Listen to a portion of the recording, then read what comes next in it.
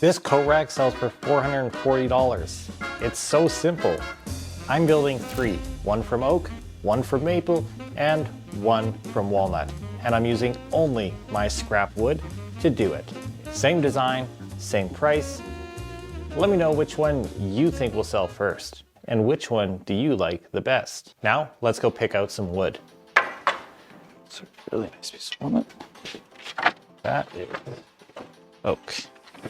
I'm going to rough cut all of these to 26 inches. Here. Make a nice line on my table.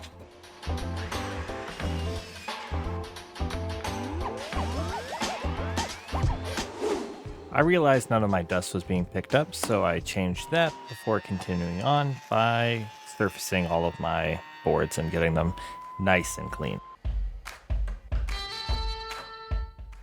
After jointing, it was time to flip over to my planer and finish off the job.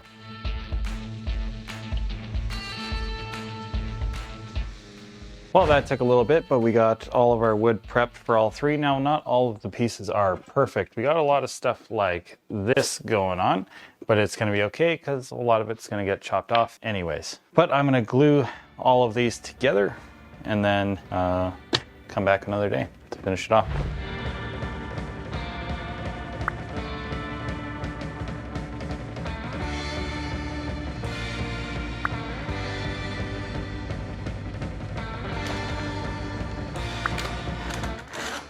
Now my goal isn't necessarily for clean, it's just for fairly flat. I don't want to be riding on bumps when I go to joint this again. A few moments later. Glasses. I need my glasses. Where are my glasses? I need to see. Actually, I can see just fine. Now this just looks like a flippin' mess. This looks disgusting. Look at that. Got our... Stop it. Get some help. Our maple. I swear I don't normally lick wood, but when I do, it's for you. And now we're just going to be surfacing all of our blocks again, getting them nice and squared up using the jointer, and then we're going to flip over to the planer, which a lot of people have been commenting on my flip top cart lately, and I do have a video on it, but it's really old and this isn't a super good design. Who's the Boss has a better one, and I'll link to his plans in the description. So this one is 3 7/8. It's my thinnest one by far, so I'm going to cut all of them to be 3 7/8 inch thick. And again, I do this for you, not for me. Just kidding. I don't want to get my sleeve caught in the table saw. When I'm doing this cut, I cut on the bottom side, not all the way through, and then I flip it over and I run it again to finish it off. It's just a little less stressful on the table saw. I'm trying not to have my breaker go off. However, for this next cut, I have no choice. I lift up my saw and I tilt the blade to about 80 degrees or 10 degrees, depending on what side you have it on. And then I use a featherboard, which I normally don't use. I just don't want to get my hands that close. And I run it through.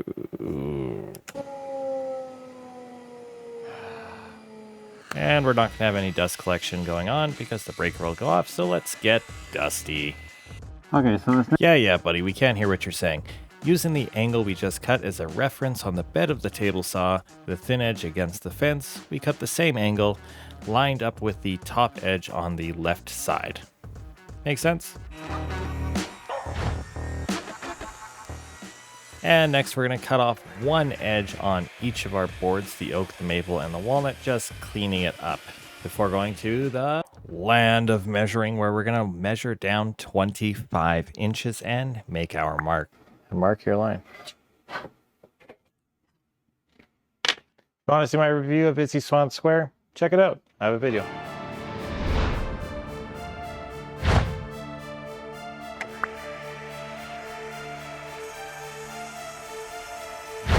Maybe this is why I get those comments.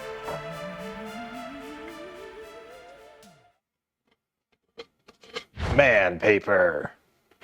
Now I sand everything down to 80 grit before moving on to my hooks. Now this is actually where I make a mistake. I chose to make my hooks 1/2 inch thick, 3/4 inch wide, and 5 inches tall. This probably should have been 1 inch thick and maybe 1 inch wide, maybe even wider. It would have looked quite a bit better, I think. I then set up my stop block at 5 inches and I cut all of those pieces to 5 inches, 5 hooks for each of these stands. Okay, so I just figured out the math. So we're gonna have 5 hooks. There'll be a reveal of 2 5/8 of an inch right side and 2 5/8 of an inch. And then we're gonna have our 1, 2, 3, 4, 5 hooks with 4 inches in between each of them. And that is going to result in perfectly spaced out blocks. Using a 3/4 inch washer, I draw a little round over and then I use my belt sander to round all of those over. I've been using this thing so much. I absolutely love this belt sander. I wish I had it sooner.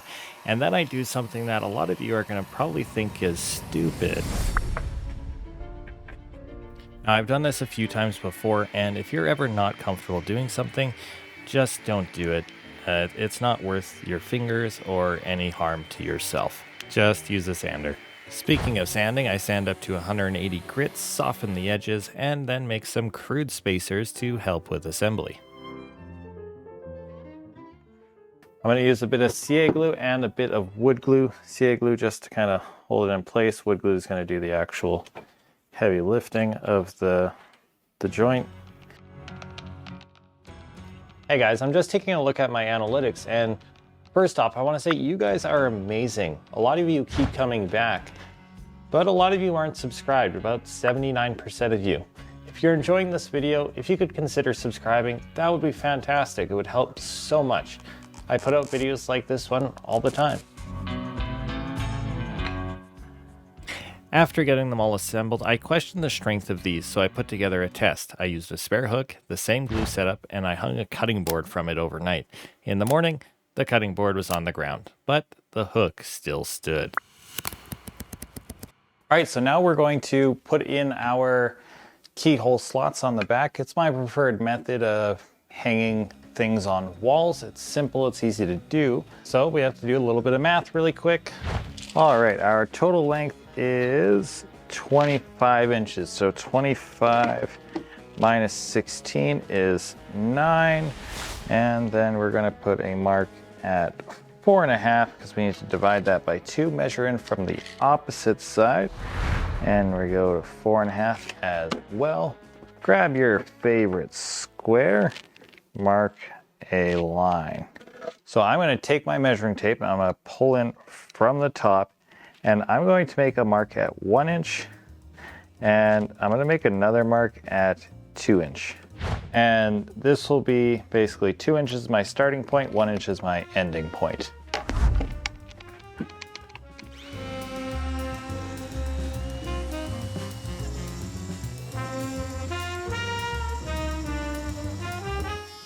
So all this jig is a square edge and a line that's centered with my router.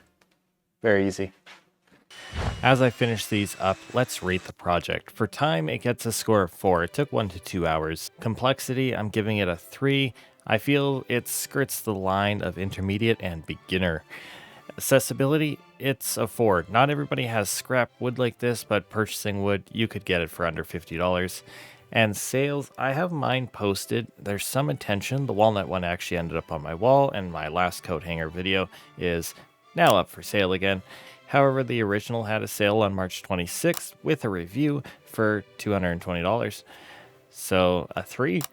And appearance, it's good. A 4. It's not far off from being a 5, but there are some aesthetic changes that it really needs, making the total 4 stars.